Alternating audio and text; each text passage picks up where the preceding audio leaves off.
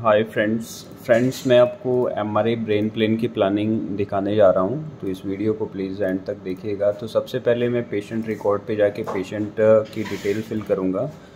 Patient का name,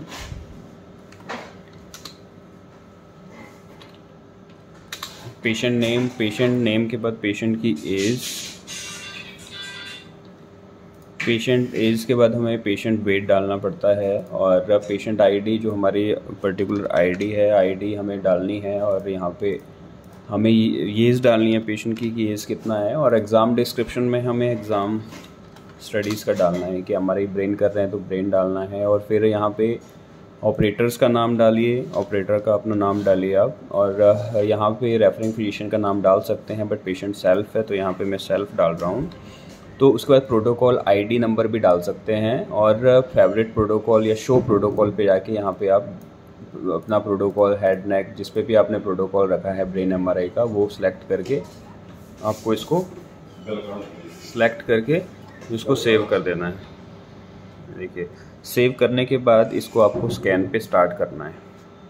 scan start आपका हो गया है, और स्कैन स्टार्ट करने के बाद कुछ वार्निंग देता है कि हमें पेशेंट को हेयरिंग प्रोटेक्शन देना है, पैडिंग इज़ रिक्वायर्ड, पैडिंग देना है पेशेंट को प्रॉपर तरह से। और इस चीज़ को सिलेक्ट करके यहाँ पे आपको एक्सेप्ट कर देना है, और हम स्कैन सेव आरएक्स पे जाके स्कैन को स्टार्ट कर देना है।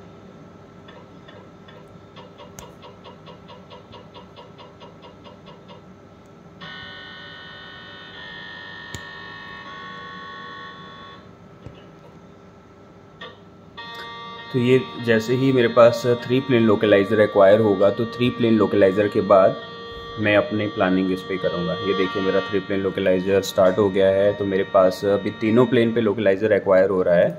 तो लोकलाइज़र मेरे पास आ गया। लोकलाइज़र के बाद मुझे क्या करना है, एक्सियल T2 फ्लेयर की प्लानिंग करनी है। तो हमें क्या करना है, ये तीनों प्लेन में मेरे पास लोकलाइज़र है। फर्स्ट बॉक्स में कॉर्नल, सैज और नीचे एक्सियल है।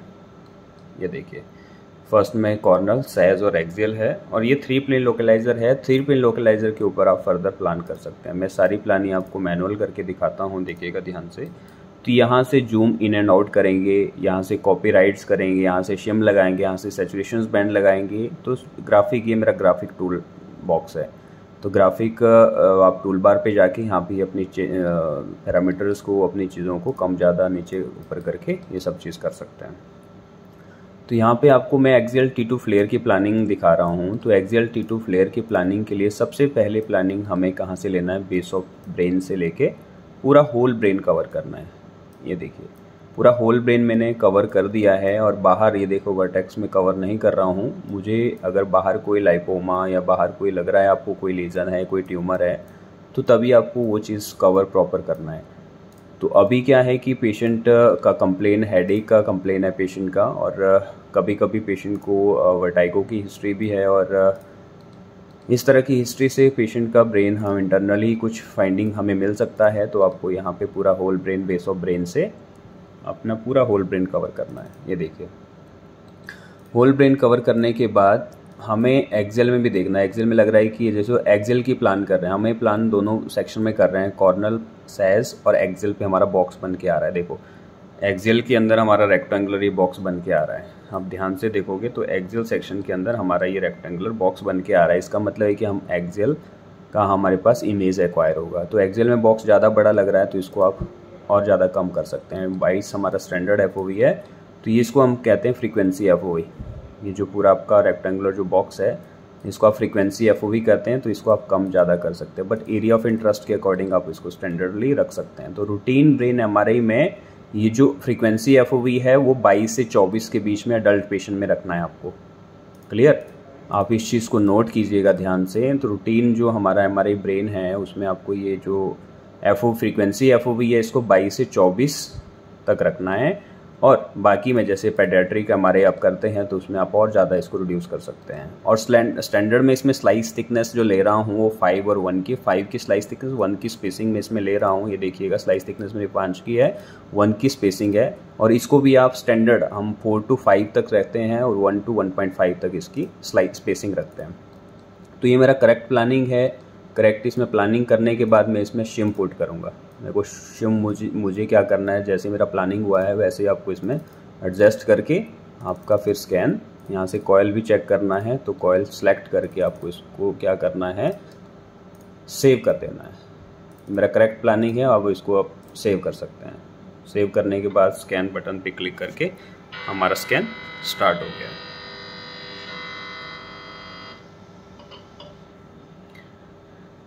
तो ये मेरी एक्सियल T2 फ्लेयर की प्लानिंग मैंने आपको दिखाई है अभी। तो एक्सियल T2 फ्लेयर की प्लानिंग करने के बाद हमें लेना है एक्सियल T2 वेटेड सीक्वेंस, जो रूटीन स्पिनिको सीक्वेंस है हमारा T2 वेटेड, वो आपको इस पर लेना है, एक्वायर करना है। क्लियर? तो देखो फ्रेंड्स, मैं 1 बाय 1 चीज़ें आपको अच्छे से एक्सप्लेन कर रहा हूँ। प्लीज़ कोई भी किसी का कोई क्वेरीज़ या कोई डाउट हो, प्लीज़ मेरे कमेंट सेक्शंस पे आप मुझे कमेंट कर सकते हैं, उसमें चीज़ें पूछ सकते हैं। तो देखिएगा ध्यान से। तो अभी मैं क्या कर रहा हूँ, एक्सियल T2 प्रोपेलर सीक्वेंस का प्लान कर रहा हूँ।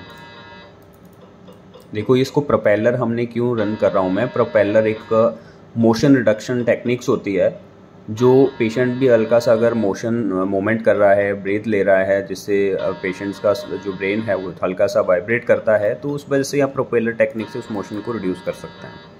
तो आपने सुना होगा ब्लेड सीक्वेंस, सुना होगा, बाकी जो फर्दर मशीन्स है उसमें ब्लेड के नाम से ये सीक्वेंस आता है।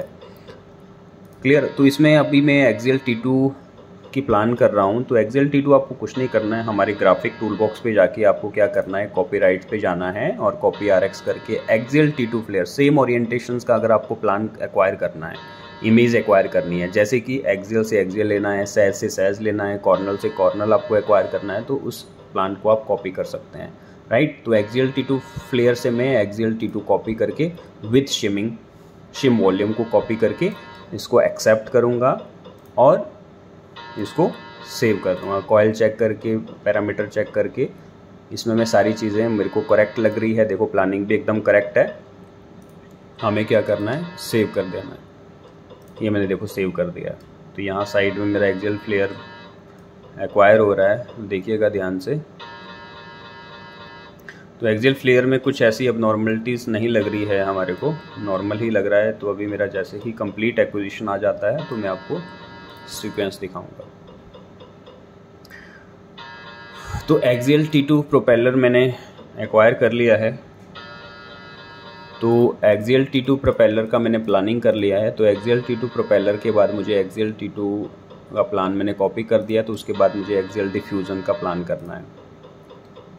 क्लियर? डिफ्यूज़न का प्लान भी आप एक बार एक्सियल T2 से कॉपी करें और उसके बाद देखें कि क्या पेशेंट की डिफ्यूज़न्स में थोड़ा सा क्या होगा कि ऑब्लिक कैसे प्लान होगा, क्योंकि बायलेटरल जो हमारा टेम्पोरल एरियाज़ में कई बार जो हाइपरडेंस आर्टिफैक्ट्स आता है, T2 शाइन थ्रू जो आर्टिफैक्ट हमारे रहते हैं वो इस पर कम आए, ताकि आप थोड़ा सा इसको और टिल्ट कर सकते हैं, ऐसे टिल्ट अप दे सकते हैं। तो हम आपकी जो प्लानिंग है मोस्टली जो हमारा नेज़ोइन्स और ग्लैबुला वाला पोर्शन होता है उसके थ्रू आप उस पर प्लान कर सकते हैं। क्लियर? तो ये डिफ्यूज़न का प्लानिंग करने के बाद इसको शिम में पुट करूँगा। शिम पुट करने के बाद मैं अपने स्कैन को स्टार्ट कर दूँगा। अब मैं इसको स्कैन बटन पे स्टार्ट कर दिया हूँ। तो यहाँ मेरा एक्सियल T2 फ्लेयर सीक्वेंस आ गया है। मैं आपको अपने स्क्रीन पे ये फ्लेयर सीक्वेंस को एक बार दिखाता हूँ कि किस तरह से आप फ्लेयर, ये देखिए। तो फ्लेयर को पहले सीक्वेंस को अच्छी तरह से देखिए कि कोई अबनॉर्मल फाइंडिंग तो नहीं है, कोई अबनॉर्मलिटीज़ इस सीक्वेंस के अंदर नहीं है, तो वो चीज़ भी आपको इसमें अच्छी तरह से विजुलाइज़ करना है। तो ऐसा कुछ अबनॉर्मल रीज़न या अबनॉर्मल चीज़ नहीं लग रही है ब्रेन के अंदर, तकरीबन नॉर्मल लग रहा है। तो ऐसे आपको सीक्वेंस को आइडेंटिफाई करना है। अगर इसमें कोई अबनॉर्मलिटीज़ हो, कोई फाइंडिंग हो, तो इस बेस में फिर आप फर्दर सीक्वेंस को कन्वर्ट करके उस पर लगा सकते हैं। तो ये पेशेंट हमारे पास आए हैं हेडेक हिस्ट्री से, तो ऐसा कुछ खास नहीं है इसमें। तो एक्सियल डिफ्यूज़न लेने के बाद मुझे क्या करना है, एक्सियल GRE, पहले मैं GRE लूँगा। तो GRE के अंदर मुझे देखना है कोई ऐसा कंट्यूजन, कोई ऐसा हेमरेजिक कंपोनेंट्स ब्रेन के अंदर नहीं है, वो चीज़ भी हमें देखना। हाँ, तो अभी मैं GRE सीक्वेंस को रन करूँगा। तो GRE सीक्वेंस रन करने के बाद हमें क्या करना है, एक्सियल GRE सीक्वेंस भी T2 से कॉपी करके इसको एक्सेप्ट कर देना है। और एक्सेप्ट करने के बाद अपने इस पैरामीटर को अपने देखना है कि कुछ बेटर इमेज क्वालिटी के लिए हम पैरामीटर को ऊपर नीचे भी कर सकते हैं, बट अभी जस्ट आप प्लानिंग देखिएगा। पहले आप प्लानिंग पे फोकस करो कि हम प्लान कैसे कर रहे हैं, किस तरीके से कर रहे हैं, कैसे हमारे पास सीक्वेंस एक्वायर हो रहे हैं, पहले उस चीज़ पे ध्यान दीजिएगा। बाकी सारी चीज़ें पैरामीटर, ये जो हमारी जो एमआर की फिजिक्स है, ये धीरे धीरे मैं 1 बाय 1 आपको बताता रहूँगा। क्लियर? उतना ज़्यादा इसमें एडवांस नहीं है, बट थोड़ा सा फिजिक्स के बारे में आपको जानना पड़ता है कि हमें जीआरई सीक्वेंस के बारे में कितना उसमें ऑटो टाइम ऑफ रेपिटेशंस रखना है, कितना टाइम टू इको रखना है, फ्रीक्वेंसी डायरेक्शन कैसा रखना है, फेज एंड फ्रीक्वेंसी ऑफ हमें कितना रखना है। ये सारी चीज़ें आपको मैं अब डेली अपडेट देता रहूँगा। पहले प्लानिंग पे फोकस कीजिए। ये वीडियो मैं जस्ट प्लानिंग के लिए आपको बना रहा हूँ कि हम प्लान कैसे करेंगे, उस प्लान के बारे में आप कैसे चीज़ों को डायग्नोज करेंगे। तो मेरे पास एक्सियल T2 वेटेड सीक्वेंस भी आ गया है, तो मैं अपनी स्क्रीन पे आपको T2 वेटेड सीक्वेंस को भी अच्छी तरह से दिखाऊंगा। ये देखिए, ये एक्सियल T2 वेटेड सीक्वेंस है। तो T2 वेटेड सीक्वेंस में बायलेटरल मुझे cerebral hemisphere, brain stem, temporal lobe, frontal lobe, parietal, occipital सब नॉर्मल लग रहा है। इसमें कोई भी बायलेटरल बेसल गैंग्लिया कुछ ऐसा अब नॉर्मल इंटेंसिटीज़ नहीं लग रही है। देखो, ध्यान से देखिएगा, आप सीक्वेंस को फोकस करके देखिएगा तो ऐसे कुछ इसमें मेजर अबनॉर्मलिटीज़ नहीं लग रही है। This is T2 weighted sequence, तो ऐसा कुछ अबनॉर्मल चीज़ नहीं लग रहा है इसमें। तो एक्सियल T2 लेने के बाद मेरे पास डिफ्यूज़न भी एक्वायर हो गया है। तो सामने स्क्रीन पे देखो, डिफ्यूज़न में आपके सामने दिखा रहा हूँ। तो डिफ्यूज़न में भी ऐसा कुछ पॉजिटिव सिग्नल नहीं है, पॉजिटिव इंटेंसिटी या डिफ्यूज़न रिस्ट्रिक्शन नहीं है। तो आपको फर्दर रूटीन फिर प्लान कर देना है। तो एक्सियल GRE अभी एक्वायर हो रहा है। GRE के बाद मुझे एक्सियल T1 का प्लान कर रहा हूँ। तो सेम आप इसको प्लान कॉपी कीजिएगा, और पैरामीटर अगर टाइम ज़्यादा लग रहा है तो इसको आप नेक्स्ट को कम करके आप अपने पैरामीटर को सेव कर सकते हैं। क्लियर? अभी देखो, मेरा स्कैन यहाँ पे डन हो चुका है। ऊपर देखिएगा, यहाँ पे लिखा है डन डन डन डन, और उसके बाद यहाँ पे एक्टिव है। एक्टिव मीन्स कि अभी मेरा सीक्वेंस चल रहा है। देखो, यहाँ पे टाइमिंग्स दिखाई शो हो रहा है आपको 1 मिनट 6 सेकेंड। तो ये टाइमिंग चल रहा है। उसके बाद के सीक्वेंस मेरा डन है, और उसके बाद मैंने रेडी कर रखा है। R×D या रेडी है। रेडी करने के बाद मैं फर्दर इसका प्लान कर रहूँगा। इसको मैं इन RX लिखा हुआ, देखो इन रेडी, मतलब इसको मैं रेडी के लिए अभी सीक्वेंस का प्लान करके इसको तुरंत रेडी करूँगा। तो ये हमारा टास्क में जाके ये स्टेटस अब देख सकते हैं कि क्या स्टेटस है सीक्वेंस का। तो अभी मैं आपको सैज सेक्शन एक्वायर, एक्सेल की प्लान मैंने ब्रेन की दिखा दी आपको कि एक्सेल आपको कैसे एक्वायर करना है। अभी आपको सैज देखेगा। देखो, जब भी आप सैज सेक्शंस एक्वायर करेंगे तो मोस्टली जो भी प्लान आपको एक्वायर करना है, हमेशा उस इमेज के ऊपर हमेशा बॉक्स बन के आता है जिस प्लान की आपको इमेजेस एक्वायर करनी है, राइट? तो ऐसे में क्या करना है, तो आपको मोस्टली आपको पता है कि सैज सेक्शंस कैसे होता है। सैज सेक्शन हमें जब प्लान राइट टू लेफ्ट करते हैं तो हमारे पास इमेज जो आती है वो सैज सेक्शंस की एक्वायर होती है। तो ये देखिए, ये मेरे पास सैज सेक्शंस एक्वायर हो चुका है। तो सैज सेक्शंस एक्वायर होने के बाद ये देखो, ये मेरा सैज सेक्शंस एक्वायर हो गया है, राइट? इसमें मेरे कॉर्नल और एक्सेल के ऊपर मैं प्लान कर रहा हूँ। तो मुझे ओरिजिनल इमेज यहाँ पे पुट करनी है। तो ओरिजिनल प्लान करने के बाद आप उस तरह से प्लान देख सकते हैं। तो FOV, हमें फ्रीक्वेंसी FOV ज़्यादा लग रहा है कि बहुत ज़्यादा इंक्रीज़ है, तो इसको आप रिड्यूस कर सकते हैं। ये देखो, इसको रिड्यूस करके आप इस प्लानिंग को बिल्कुल चेक कर सकते हैं, देख सकते हैं अच्छे से। क्लियर? ये पूरा आपको ये सैज सेक्शंस का प्लान है। सैज में मोस्टली आपका कॉर्नल पे राइट टेम्पोरल से लेफ्ट टेम्पोरल आपका होल टेम्पोरल लोब कवर होना चाहिए, ताकि जो टेम्पोरल की फाइंडिंग है, कुछ ऐसी फाइंडिंग है, वो सैज में भी आपको अच्छी तरह से विजुअलाइज हो। और ऐसा कट आपको देखना है कि जो पेट्यूटरी के बिल्कुल पैरेलल जा रहा है। तो एक्सेल में आप पेट्यूटरी के पैरेलल देखोगे, तभी आपको सैज में पेट्यूटरी, जो पेट्यूटरी है, पेट्यूटरी ग्लैंड है, वो अच्छे से दिख जाए। क्लियर? तो ये आपका करेक्ट प्लानिंग है सैज T2 का। तो सैज T2 का ये फ्रीक्वेंसी आपको देखो, T2 वेटेड सीक्वेंस में वो हमेशा बॉक्स बन के आ रहा है। जब आप प्लान करोगे, जिस प्लान की आपको इमेजेस एक्वायर करनी है उसके पास हमेशा बॉक्स बन के आता है। ये आपके पास सैज T2 का प्लान है। अगर आप उसके बाद कॉर्नल सीक्वेंस एक्वायर करते हैं तो कॉर्नल का प्लान भी मैं आपको दिखाता हूँ, देखिएगा ध्यान से। पहले प्लानिंग को मैं इरेज करके आपको सारी प्लानिंग में मैनुअल करके दिखा रहा हूँ। देखो, जब भी हम कॉर्नल प्लान करते हैं तो कॉर्नल क्या होता है कि हम इमेज को एंटीरियर साइड से पोस्टीरियर कवर करते हैं, नॉर्मल चीज़। तो ये हमारा ट्रू कॉर्नल है। देखो, जो आपका एंटीरियर साइड से पोस्टीरियर तक मैं कवर कर रहा हूँ, ट्रू टेम्पोरल। जब भी आप कॉर्नल की प्लान करो हमेशा ब्रेन स्टेम को देख के, और हमारा जो स्पाइनल कॉर्ड वाला एरिया ब्रेन स्टेम के पैरेलल आपको इस पर प्लान करना है। ये देखो ब्रेन स्टेम के पैरेलल हम प्लान कर रहे हैं इस पर।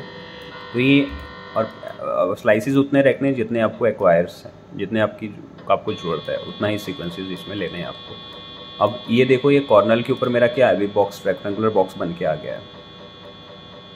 तो अभी इसका मतलब क्या है कि आपके पास जो इमेज आएगी वो किसकी आएगी, वो कॉर्नल सीक्वेंस की आ रही है। और कौन सा सीक्वेंस आएगा, मैं कॉर्नल T2 वेटेड सीक्वेंस ले रहा हूँ। तो कॉर्नल T2 वेटेड आपका एक्वायर होने वाला है। ये मैं प्लानिंग जो रेडी कर रहा हूँ ये कॉर्नल की कर रहा हूँ, राइट। तो ऐसे आपको एक्सियल में एंटीरियर टू पोस्टीरियर आपको ऐसे लेना है। कॉर्नल में भी आपको एंटीरियर, देखो आपका नोज वाला एरिया आगे होता है तो एंटीरियर से पोस्टीरियर ऐसे लेना है। तो इसमें आपको कंफ्यूज नहीं होना है प्लानिंग पे, राइट। सारी चीज़ें मैं देखो 1 बाय 1 ही आपको एक्सप्लेन कर रहा हूँ, तो ऐसी चीज़ों को देखिएगा ध्यान से। और इस चीज़